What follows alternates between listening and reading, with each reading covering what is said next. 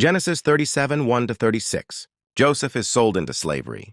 Joseph's dreams. So Jacob settled again in the land of Canaan, where his father had lived as a foreigner. This is the account of Jacob and his family. When Joseph was 17 years old, he often tended his father's flocks. He worked for his half-brothers, the sons of his father's wives of Bilhah and Zilpah. But Joseph reported to his father some of the bad things his brothers were doing.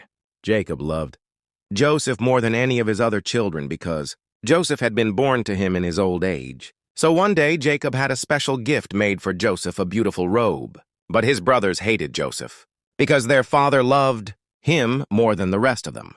They couldn't say a kind word to him. One night Joseph had a dream, and when he told his brothers about it, they hated him more than ever. "Listen to this dream," he said.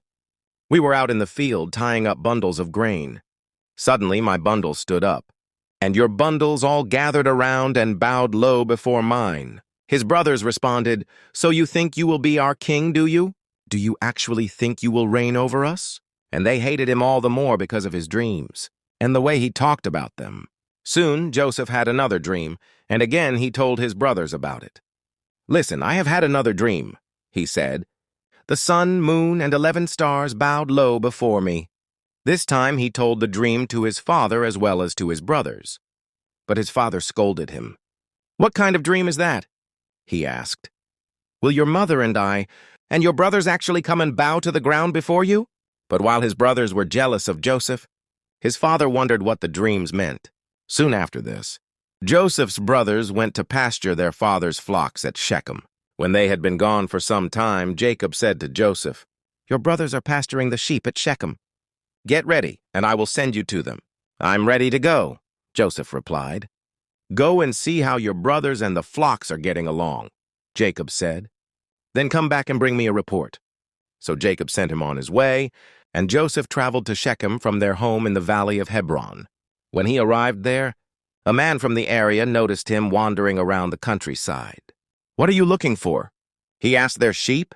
"I'm looking for my brothers," Joseph replied. "Do you know where they are pasturing?" "Yes," the man told him. "They have moved on from here, but I heard them say, 'Let's go on to Dothan.'" So Joseph followed his brothers to Dothan and found them there. Joseph sold into slavery. When Joseph's brothers saw him coming, they recognized him in the distance. As he approached, they made plans to kill him. "Here comes the dreamer," they said. "Come on, let's kill him and throw him into one of these cisterns. We can tell our father. A wild animal has eaten him. Then we'll see what becomes of his dreams." But when Reuben heard of their scheme, he came to Joseph's rescue.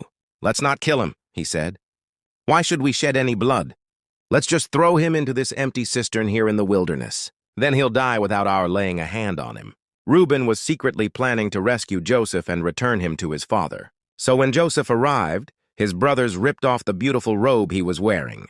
Then they grabbed him and threw him into the cistern. Now the cistern was empty. There was no water in it. Then, just as they were sitting down to eat, they looked up and saw a caravan of camels in the distance coming toward them. It was a group of Ishmaelite traders taking a load of gum, balm, and aromatic resin from Gilead down to Egypt. Judah said to his brothers, "What will we gain by killing our brother? We'd have to cover up the crime. Instead of hurting him, let's sell him to those Ishmaelite traders. After all, he is our brother, our own flesh and blood." And his brothers agreed. So when the Ishmaelites, who were Midianite traders, came by, Joseph's brother pulled him out of the cistern and sold him to them for 20 pieces of silver, and the traders took him to Egypt. Some time later, Reuben returned to get Joseph out of the cistern.